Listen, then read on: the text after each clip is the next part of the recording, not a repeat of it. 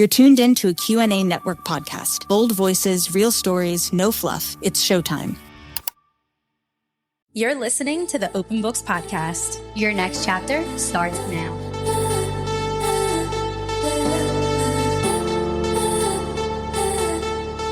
This podcast is brought to you by Q&A Network. Amber, they say don't judge a book by its cover, but If you're the cover, Virgo Beauty Studios got you looking like a bestseller. Chapter 1, Flawless Foundation, Epilogue, compliments all day. Book your beauty cover at virgobeautystudio.com. Welcome to the Open Books podcast. This week we are back in the books. We're diving into the novel We Are All Guilty Here, a new Karin Slaughter release. And we did not regret switching to this book and doing a quick little DNF. Yeah. Quick little switcheroo. Of the Woman in Suite 11. Yes. Because that was the book we had originally chose. I know we mentioned this in our Hurricane Katrina episode, but we originally chose The Woman in Suite 11, and we found out it was a sequel, which we knew it was a sequel, but we thought it would just kind of like be a character's new story. Yeah, because it was a different setting, completely different setting. I assumed that there would be new characters, which there were new characters introduced, but old characters played a very big role in the book. I mean, we made it pretty far before we were like, wait. Until I couldn't keep up. She kept referencing this like major event clearly that happened in the previous book, and I genuinely couldn't track. So just like a PSA, if you're interested in reading The Woman in Suite 11, because it's new and Ruth Ware is the author. She's an extremely popular author. If you're interested in reading that book, you have to read The Woman in Cabin 10 first. Yeah, so ultimately Colby and I decided that it just wouldn't be fair and we couldn't give an accurate analysis of a book that we didn't read. Yeah, exactly. Because it was like we basically would have been first book. We would have been judging the first book as well, and we didn't read it. Yeah, so we're happy to be here. Had to do what we had to do. Yeah, so we did like a skirt switch to this book. We're All Guilty Here by Karin Slaughter, who's one of our favorite thriller authors. We read Pretty Girls by her, one of our very first episodes, and we loved that book. It's a very intense book, so we knew what we were getting into with this book because she seems to be a very graphic author. She touches on really tumultuous topics, to say the least. It's sexual assault. Yeah, trigger warning. Trigger warning. If you're reading this book, or if you've not read this book, or if you just listened to the episode because you like to shoot the shit with us while we tell you all about an interesting book, it is trigger warning for those tough topics. But it was a good book. It was a very good book. So shall we get into the summary? Let's do it. Just jump straight in. If you've not read this book, of course, you can still follow along. You can always follow along. You do not have to read the books to follow the episodes because I give you a full in-depth summary. It's like a mini audiobook in your ear. We love that. Now, this summary was created in help with sobrief.com. I always, before I write the summary all on my own, because it takes a lot of time, I will look if someone else has a great summary out there. A lot of times they don't because, websites will just give like an overview of the book, not a full summary to not spoil it.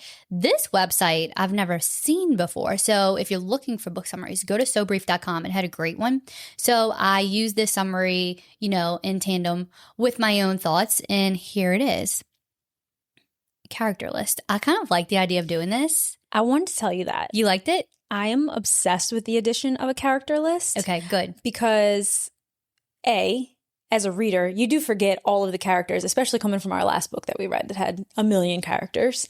And then if you haven't read the book, it's always nice to know a little bit about the characters that we're speaking about. Exactly. So I like this. Okay, I'm glad. I'm going to keep the addition. I wanted to try it this time. So here's the character list. We have Emmy Clifton. She's deputy sheriff, a single mom, and emotional core of the novel. Haunted by guilt and determined to protect others, even when it costs her. She is the main protagonist. We get her point of view for most of the book. Then we have Jude Archer, who also is Martha Clifton, which will make sense by the end of the summary. She's Emmy's long-lost sister and now an FBI profiler. Brilliant, but burdened by trauma and secrets, including her true connection to Emmy. Then we have Gerald Clifton, that's Emmy's father and longtime sheriff. He's respected in town, but carries his own flaws, regrets, and complicated family history. We have Hannah Dalrymple. How did you say this? I could not figure it out in the book. I think it's Dalrymple. Dalrymple. That's what it was. Hannah Dalrymple, Madison's mother and Emmy's former best friend. She's grieving, angry, and forced to face both loss and survival. We have Cole Clifton, Emmy's son and deputy, representing the next generation who wants to break cycles of silence and complicity. Sorry, I have something in my throat. A little froggy. I've been trying to talk through it, but I'm like, all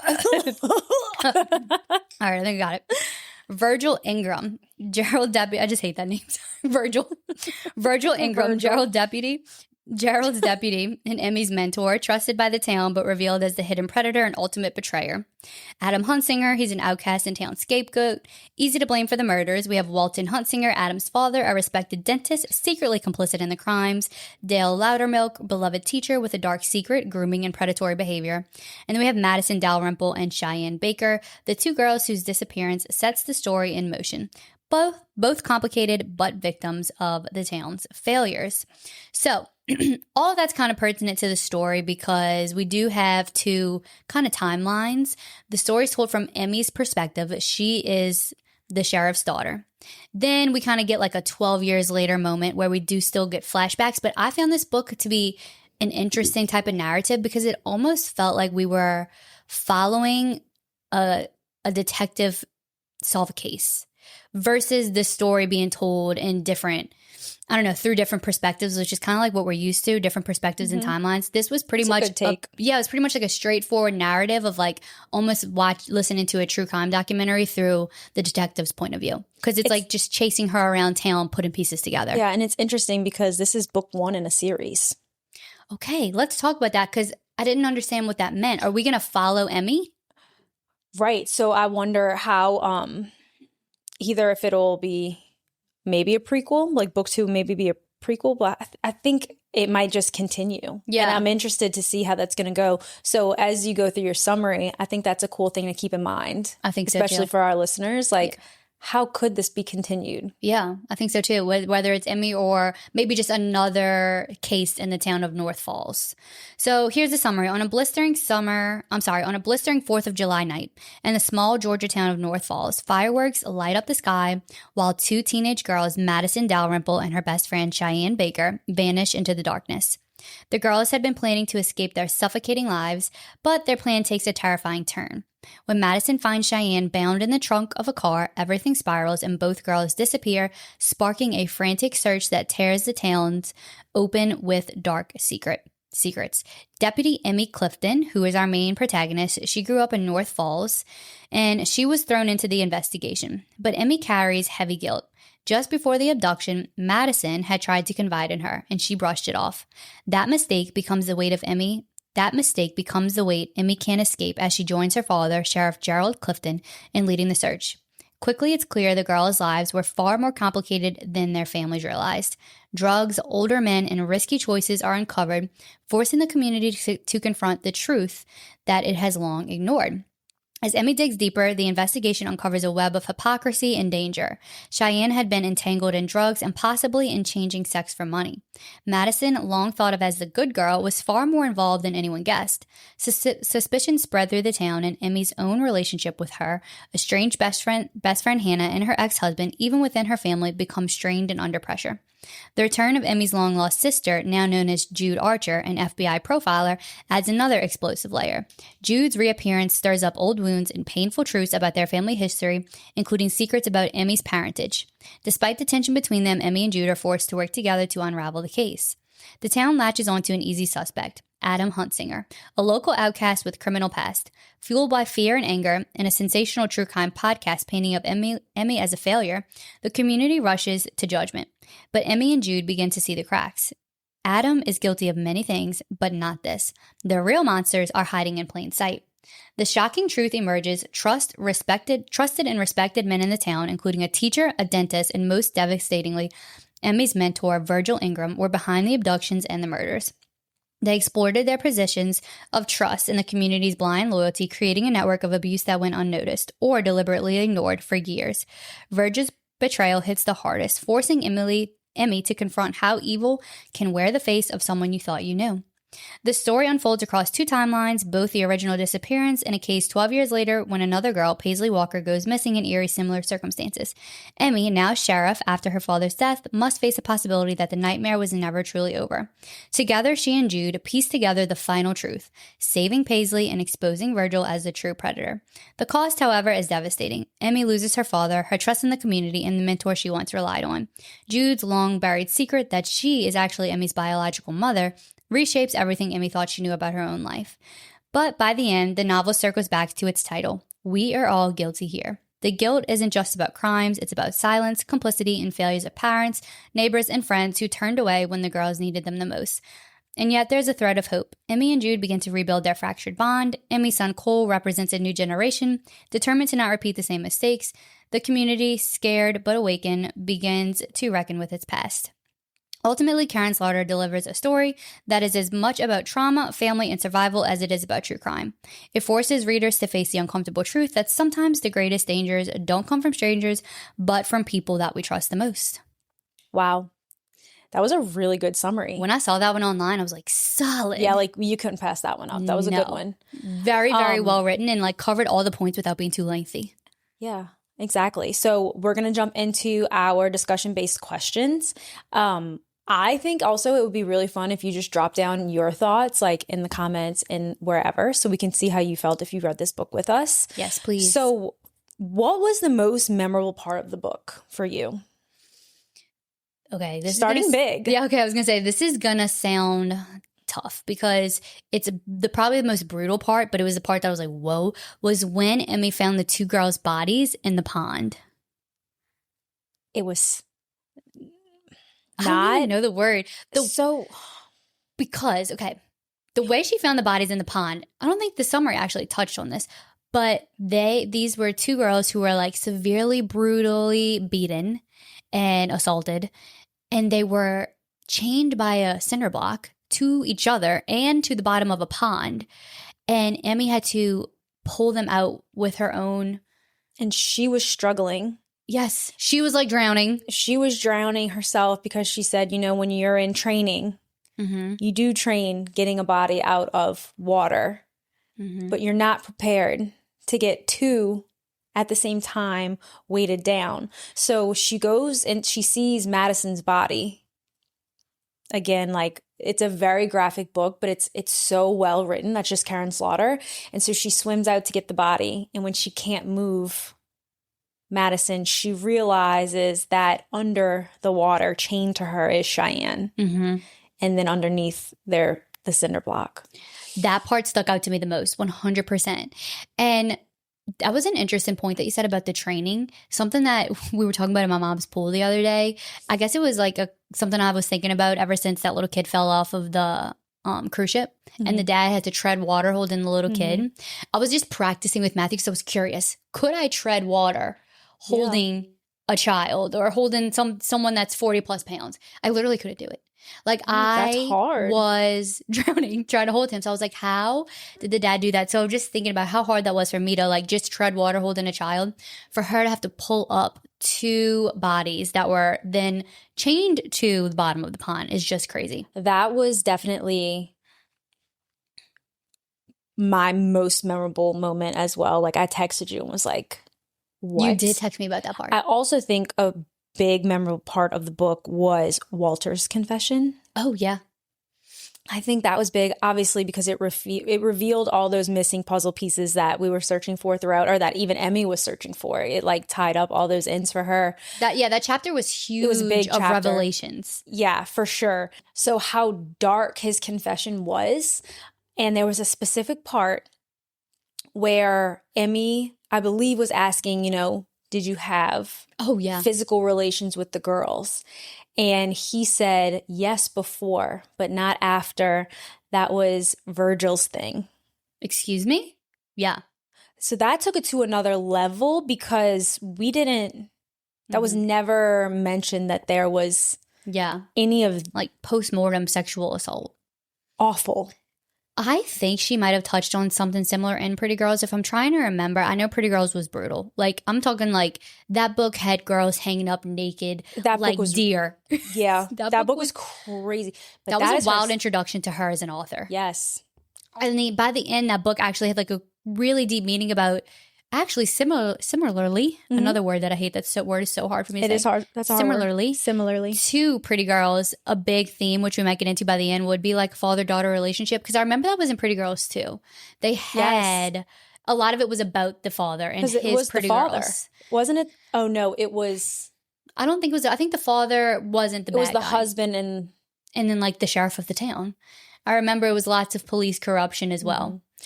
Which is a reason why I do enjoy these books. Yeah. Well, I just think just because like I the was so into like criminal justice because that's what my bachelor's degree is in. So I fun feel like fact I'm like, about you. fun fact, I never used it. No, that's actually crazy that your bachelor's in criminal justice, because Karin Slaughter must like She that has kind to of have like, something. she must, yeah, because a lot of it is like town politics and law enforcement. We should deep dive into her and I'm just curious because I know like Frida McFadden, she's like all into like Psychology. Yeah. Yeah. And she's some type of psychologist. Same thing with Lucinda Berry. Yeah, that actually is like a little common theme. Mm-hmm. Interesting. So it'll just be like for our own little nugget of knowledge. Yeah. Which character did you find the most intriguing, and what more would you like to have learned about them? Jude/Martha, to me, was the most intriguing. Well, I knew there was something more. Okay, so the whole book we get Emmy's perspective. I didn't know, and I might have missed it, but I didn't know that that Jude had a sister who quote unquote died until like mid book when they started talking about Martha. Mm-hmm. And then we realized that Martha comes back. She's Jude. Correct. And I guess she kind of like moved on, restarted her life because of what happened in her past. So just to kind of give like a recap of Jude, basically when Jude was Martha, when she lived in the town, she was one of like the first daughters, and she ends up getting into like some sticky business. Mm-hmm. She gets pregnant with Emmy at like a super young age. Well, what was the dad's name again? It's in there somewhere. It's like a Gerald. I was going to say Walter, but Walter's the bad guy. Yeah. So Gerald, before he became the amazing dad that he was to Emmy, because I did love their relationship. Me too. He was Martha's dad, and he wasn't there yet. Like he even says in the book, like he had regrets about the way he handled things. And I'm assuming he was talking about Martha because they basically kicked Martha out. They were like, we're not going to allow this like teen pregnancy situation to happen. You can either give us the baby and disappear, or take the baby and go. We'll be right back. Want your business to be the next chapter on this podcast? We've got listeners who love a good story and great products. To advertise on our podcast, email us at openbooks@qananetwork.com. Let's make your brand the plot twist everyone talks about. So she decided to give the baby and disappear. She felt like the baby would have had a better life with them. So she left, and then she had to live her whole life, away from her child, watching from afar. And she did see through however she found out, but that like Emmy was really happy. Like she had a great life with her dad. Like Emmy and Gerald were really close. She didn't know the whole time that Gerald was actually her grandfather. Right.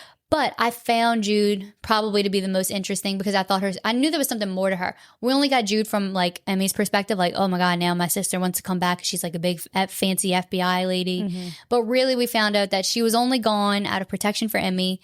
In the end, she didn't want to hurt Emmy by telling her the truth. She was like sexually assaulted by one of the crazy, what was his name? Adam. Like she had a really intense story. So yeah. I think she was my favorite character, or the most dynamic character. Yeah, she was a great character. I think that I found Cheyenne Baker very intriguing, and Madison.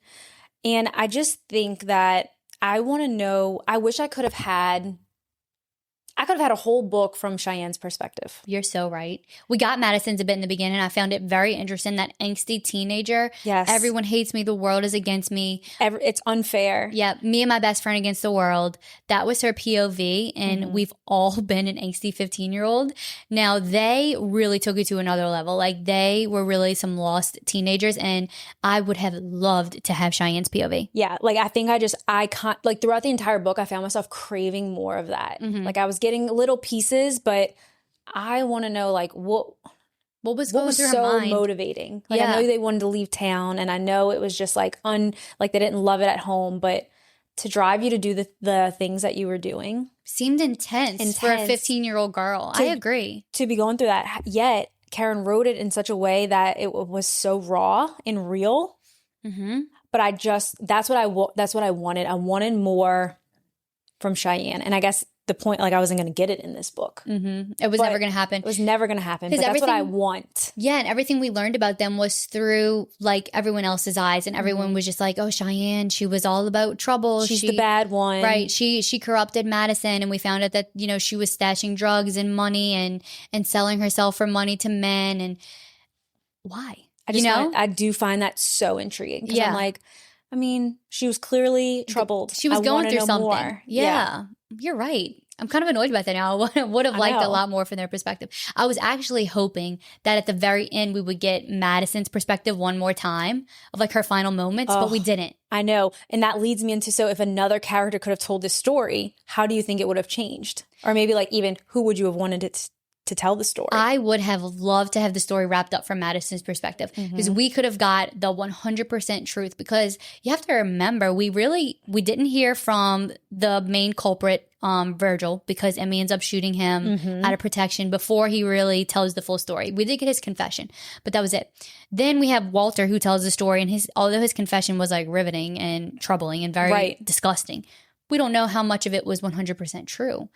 I was hoping to hear from one of the girls. Oh my gosh. Or if it was written, both of their perspectives back and forth leading up to the events. Oh my gosh. A little backstory, and then leading up to that tragic Karin, if you're listening, 4th of July. That would have been awesome. So like backstory, we get what Madison's going through. We get how Cheyenne sees it. We get how Madison sees it. And then like how that would have changed the story. Yeah. It would have just added to the story. It would have, right. I was going to say, maybe not changed. Maybe the outcome would be the same, but it would have added an amazing layer. That would have been so good. I'm like not bothered now because I'm like, I want to read that story. Wait, Karin, please. Because I found like Emmy traveling around town and putting together pieces, I found really interesting because I was like trying to figure out what happened for them to lead up to this moment. And then we find out it's because they were having these relations with very like prominent people in the town. Yes. The town's dentist, the sheriff. Right, the sheriff and the teacher. So it's like I want to see their interactions through the girl's eyes. Yep. That would have been clutch. Since we're talking about the story as a whole right now, something that I really appreciated about this novel is it jumped right in. Thank God. Like it was like chapter 1, she's disappeared. Thank you. And that's our vibe. I love that. So when we were reading The Woman in Suite 11, snooze, I'm sorry. Fest, and hey, some people like a slow burn. I don't. I needed to be I'm learning that. I think I'd hate a slow burn. Me too. Whether it's a movie or a book, mainly book. Maybe I can handle like a slow burn romance, maybe. But it's just not my thing. I want to be right in the middle of the action. So like I so appreciated that. Yeah, me too. Did this book make you think differently about a certain topic or issue? It made me think a lot about how things that can happen usually are someone very close to children. Okay, so let's just look at it as a like child thing, like a child predator thing. Yep. It made me realize that, and I've kind of always known this, but pretty much in all the books we read, it usually is always someone that is close to a child, whether it is access. A weird uncle or a teacher, right? They have access in some way. And the craziest true crime stories are the most rare ones where it's like a child is just kidnapped by a complete psychopath who's never known them before, just saw them on the street playing on their bike. Them, yeah. And that does happen in real life and in stories.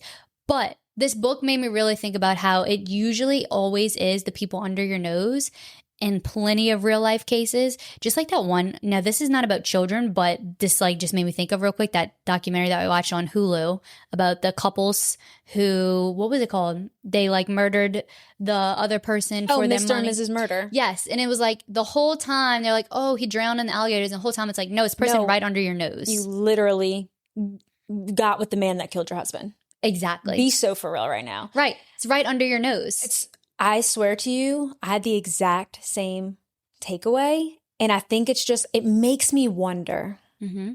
How careful should you be? How careful should you be? Yeah. There's who could really be involved in these things? I know. In like your actual parishes. Like, and it's true. It's hard to think about. It's real though. And it's something that you never really take seriously when your mom is like, me talking to myself, because I've always like, Mom, it's fine. She'll be like, you can't go there because I don't know those people, or and I'll be like, Mom, it's fine. It's like, fine, but you don't know. You don't know. You really don't think know that. I mean, they made a mockery at the end of it. He's like, everybody trusted him, even you trusted him. He was your mentor, blah blah. And it's like, you just never think that it could be someone so close to you, someone who has so much access to innocence and just like take full advantage. Yeah, and it just makes like the title, like we're all guilty here. It really just makes you think like, That's basically everyone that like walks around. Maybe not to this crazy extent in the book, but like everyone has something. Right. It's like we're all guilty here. We're all, yeah. Or like, yeah. Or people who do let their child, don't do much research and you let your child go somewhere and something happens. Is it your fault? No. But are you going to hold on to guilt? 100% because you let them go. You didn't really know these people. And now look, so no sleepovers for my children. Absolutely not. And you know what else pissed me off? Making us think differently. Dale, the teacher. Yeah. What the hell? When he like immediately, obviously now that we're finished the book, he went to go scrub that computer because he knew. He had child corn. Literally. And that the way he had it like alphabetized with the number, just very disturbing. And it just like, you can't trust anyone. No. It basically is like what it's making me think differently about. You think you know people and you simply don't. Yeah. So point blank period. Point blank period. If you could step into this book's world, what is the first thing you would do? Go back to the night where Emmy was confronted by Madison, and I would, if I was Emmy, listen to her, take your time with her, not push her away. I mean, that was like a huge part of the book.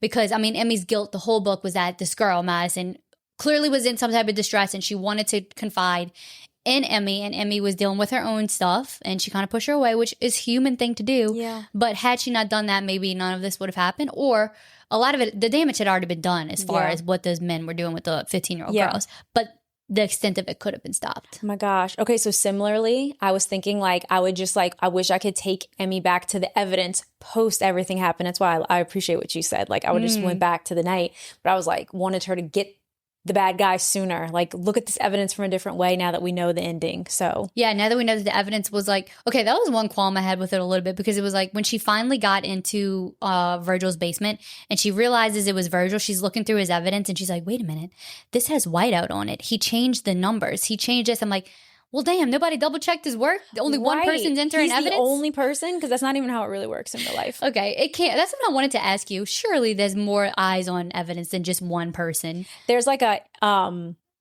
department for evidence, literally. So I was like, okay, that's a little far fetched. But other than now, that, as sheriff, sure, he has trust. Like he can like go in and go as he pleases. I'm sure, but like modern day, like it's entered into a system. It's coded like.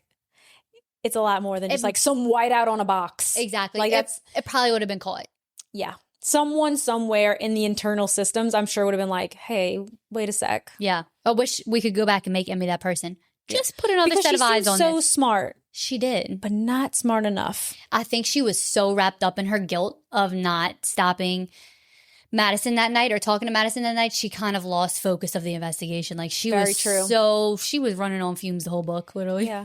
There was like literally a part where she's like, my body just, and I could be, you know, obviously saying this wrong, but there was like a part where she was like, my body just went to sleep after 4 months of like not. I'm like, oh my God. But that's true. Like when you're, that's a tough job. Worry, guilt. Yeah. I mean, you're in constant fight or flight. Yeah. You know, I'm so spiritual and woo-woo right now too. When she said stuff like that, I'm like, Emmy, take a break. This is not your reality right now. It doesn't have to be your reality. You can quantum leap, baby. You can, go visualize yourself on a beach in Cabo. Right. You'll be like, if y'all don't know, we are on our like heavy meditation, journaling, visualizing. So, and anytime I hear something like this, someone's going through something in my mind, I'm like, if they only knew, they could just change it with the power of their mind. The secret. We're definitely like, in my world, everyone poops rainbows. And I don't remember, but and eats butterflies. Yeah, and poops rainbows with the big eyes. That's us. Us. So it is now time for our review roundup. Okay. All of our reviews come from Goodreads, meaning like whatever I read on the podcast. This book, as of today, has a 4.41 rating, and that is with 5,382 ratings and over 1,400 reviews. Which seems like a lot because this book came out on August 12th. Correct. Now, a lot of those could be from people who got like ARCs. There was ARCs, yeah. Please add us on your ARC list. We would love to be on ARC list. So a 5-star review. Wow, I'm nearly at a loss for words. This is a tour de France. Tour de France. Tour de France. Oh, okay, That's what it's supposed to be. Creation for an author who, in my opinion, already defines the crime fiction subgenre. This is a masterpiece. Okay, wait, that's kind of what we were trying to say. Yes. It's crime fiction. Crime fiction. Okay, got it. Yes, this person very eloquently said that. Got We're it. like, it's Thank you. It's like policemen? It's police work. It's like girls who do police work. Yeah, it's like that With perspective. with a badge, you know? And a notepad. Okay, sorry. This story is so intricately told. Every detail is carefully crafted and vividly depicted. I felt like I was in some magical, vicarious voyeur machine that catapulted me into every scene in this book and allowed me to observe with my own eyes. And because I watched each scene firsthand, I also experienced every resulting emotion as a very personal, profound level. I love that we only got one side of the story, and we were just as in the dark as our protagonist was. It amplified the tension and ratcheted up the suspense significantly as a storytelling mechanism. The characters were flawed and believable. Their motivations and actions all made perfect sense. Emmy and Jude are amazing, and I hope that they become the centerpiece of many more novels. I will be reading every single one. I wrote that. I'm just Amazing. kidding. You wrote that in 2 seconds. I like how you were like, I know you did. I know. You don't even have to tell me. I know. Okay, No, that definitely was not me, but I feel like that captured the book very well. Yes. I want to comment on that because so much of that I agreed with. Yes, I really liked Emmy and Jude by the end, and I would like to see their dynamic continue, and maybe Emmy find out that Jude was her mom. There was one thing that she said that I was like, I don't. Okay, one thing she said I really agreed with was the emotional aspect, because I did feel very emotionally charged the same way that the characters were. But you know how she said that she liked how it was one perspective? I found that to be a little redundant and almost boring at times. Yeah. Yeah, I definitely disagree. But I kind of feel like that with any book. I love a dual perspective. Right. 1-star review. Here we go. This was my first book by this author, and unfortunately, I was not impressed. I am not a huge fan of police procedurals, but the first 30% I was very invested. However, it took a nosedive, and I honestly lost all interest. Long, drawn-out chapters, slow pacing, and a dull, anticlimactic moment left this dead in the water. Yikes. It's like very literal. Literally. I will try a different book, likely Pretty Girls. Yes. But so far, I am not a fan. Maybe a diehard Slaughter fan will love this, but this just wasn't for me. Sometimes books are so slow that it makes me wonder if the author got bored writing it themselves. Dang. Some of that, I agree with some. It wasn't the most interesting the whole time. No, but the chapters were dreadfully long. I will agree with that. There was no reason. So Colby and I both did the audio. We know Colby is definitely our audio girl. I did audio for this book as well. I can only imagine if I read it Kindle. It was a 16-hour listen. That's too long. 16 hours. I mean, we clocked in. We just said we don't like a book over 300 pages. Literally, I was like 8-hour audio max. Yeah, we clocked in the 16 hours. So we did. I agree. It was a little bit too long. It was a little too long-winded. It could have been cut easily into 4 hours could have been cut. Our next on the shelf is Too Old for This by Samantha Downing. A retired serial killer's quiet life is upended by an unexpected visitor. To protect her secret, there's only one option left. What's another murder? From best-selling author Samantha Downing, Lottie Jones thought her crimes were behind her. Decades earlier, she changed her identity and tucked herself away in a small town. Her most exciting nights are the weekly bingo games at the local church and gossiping with her friends. When investigative journalist Plum Dixon shows up on her doorstep asking questions about Lottie's past, and specifically her involvement with numerous unsolved cases, well, Lottie just can't have that. But getting away with murder is hard enough when you're young, and when Lottie receives another annoying knock on the door, she realizes this crime might just be the death of her. Okay. That sounds so fun. Y'all, we're switching it up with this. Yes. An older woman serial killer. We were just looking it up. It looks really funny. And we want to kind of change things up a little bit. We want to still keep it in the thriller genre, but give y'all something kind of new. This might be a fun read. Yeah, something a little more fun. It's a little bit shorter than what we just read. Yeah. So I know we talk about pages. It's 385 pages. Okay. That's sweet spot. That's a good sweet spot. So read this one with us. Too Old for This. What's the author's name? Samantha Downing. Too Old for This by Samantha Downing. Read it with us. Send us your thoughts. And we're going to talk about the book. I think it's going to be a fun read. On the podcast. I think it's going to be fun. Yeah. All right. Well, thank you all so much for listening. Thank you for reading this book with us. We love you. Follow us on social media at Open Books Podcast. You can follow our personals on our TikTok. If you click on our Open Books Podcast TikTok, our socials are linked, or our personal pages are linked. And then you can always watch the full YouTube video at Q&A Network on YouTube. Yeah. Go show us some love. Yes. Love y'all. Tink. Bye.